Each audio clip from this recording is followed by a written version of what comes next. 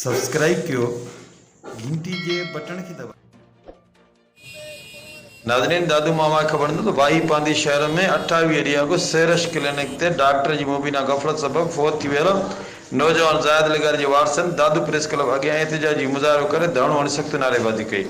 फोत थियल नौजवान जायद लिगारी जे वारसन मुहर्रम लिगारी, मौला बख्श लिगारी, peoples party अगवान Abdullah लिगारी, ACUP अगवान Ghulam Qadir लिगारी, Ali उमरानी, समाजी अगवान महबूब सुमरो ऐं बुधायो त नौजवान जायद लिगारी के पैर में खारिश हुई, केस क्लिनिक ते वठी आयासीं।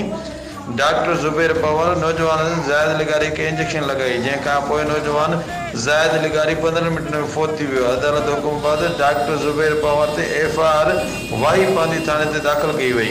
डॉक्टर जुबैर जो ही अस्पताल जो MS आहे, संदस खिलाफ एहतजाज करण ते डॉक्टर मक़तूल नौजवान जायद लिगारी जे वारसन मथां कूड़ा केस दाख़िल कराए वधीक जानी माली नुक़सान ॾियण जूं धमकियूं ॾेई रहियो आहे। हिननि Sindh high court, supreme court, Sindh हुकूमत, सूबाई वज़ीर सेहत अज़रा पेचियो समेत वस वारनि खे अपील कई त नोटिस वठी डॉक्टर जुबैर पवार खे गिरफ़्तार कयो वञे। ॾिसंदा रहो मुंहिंजी सिंध न्यूज़ चैनल लाड़काणो।